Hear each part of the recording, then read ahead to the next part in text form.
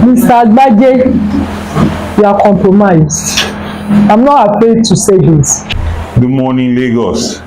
First, I must start by thanking the many people across Lagos State that came out to vote, that waited from 6 a.m., some even up to 11 p.m., making sure that their votes were counted, enduring all sorts of violence and intimidation, that came out and made sure that their votes counted. The amount of people that came out to vote in Lagos yesterday was unprecedented. It has not been seen in decades in Lagos State. Despite Inec starting late, despite intimidation, despite all inconveniences that happened to them yesterday, they stayed some till even 11 p.m. to cast their vote. We are very grateful as a party, and we are very grateful as the Goshians and Nigerians to you. For us, the elections that happened yesterday and all the things that we are seeing today is an absolute disgrace to Inec. Inec Lagos and some evil politicians of the ruling party, the APC, are trying to set this country on fire. Young people spoke yesterday, and they spoke very, very loud. They have shown patience and courage despite all forms of intimidation to them across Lagos State, and they stayed despite all of that. Any attempt to undermine the wishes of Nigerian youth will blow up this country. I am calling on the president and the international community to protect the votes of these many people that took a stand yesterday in hope for a better Nigeria and an electoral system that will see their votes count. We have found out that INEC officials were specifically instructed not to upload presidential results, but return the unuploaded BVAS machines to the INEC offices. As at 4 o'clock yesterday at my polling unit, we were insisting that they upload the presidential results, only to find that at that time it said the portal is not open. So INEC must answer, why is it that at 4 p.m. yesterday, the portal to upload the presidential election results were not open? How is it that INEC officers that were there were saying that they do not have codes for the uploading? With all the funds that have been devoted to the BVAS system, how is it that yesterday there was no transmission of results from the polling units to the server? And now we are seeing overnight results are being changed. We saw in Apapa, INEC officers are using TPEX to TPEX results, rewrite results, and now these are the results that they are uploading. And we have the original PU results that are in conflict with all of these results that they are uploading. Across the entire state, at Oniru's Palace, Oba Elegushi's Palace, in Aguda, Surulere, in Mafoluku, in Fagba Junction, Agulegba, under the bridge at Tejo, all over Lasu, all over Lagos, there was all sorts of intimidation and connivance with people in that area to intimidate and suppress votes all across the state. Places where we won with majority votes, area boys and thugs came and chased everybody away from those places. But more than anything, and what we want to speak to today, is the fact that the key of this election was electronic transmission of voting. And that did not happen yesterday.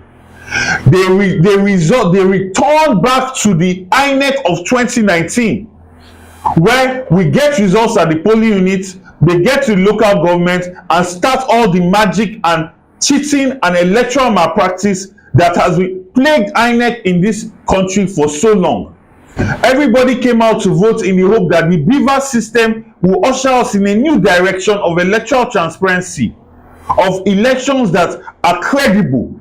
But what happened in Lagos State yesterday was not a credible election, because up till now, and we have video evidence across the entire state where results are being changed as we speak, and this is not going to be acceptable, and this is not going to stand. We are not going to accept this. Thank you. The youth have spoken.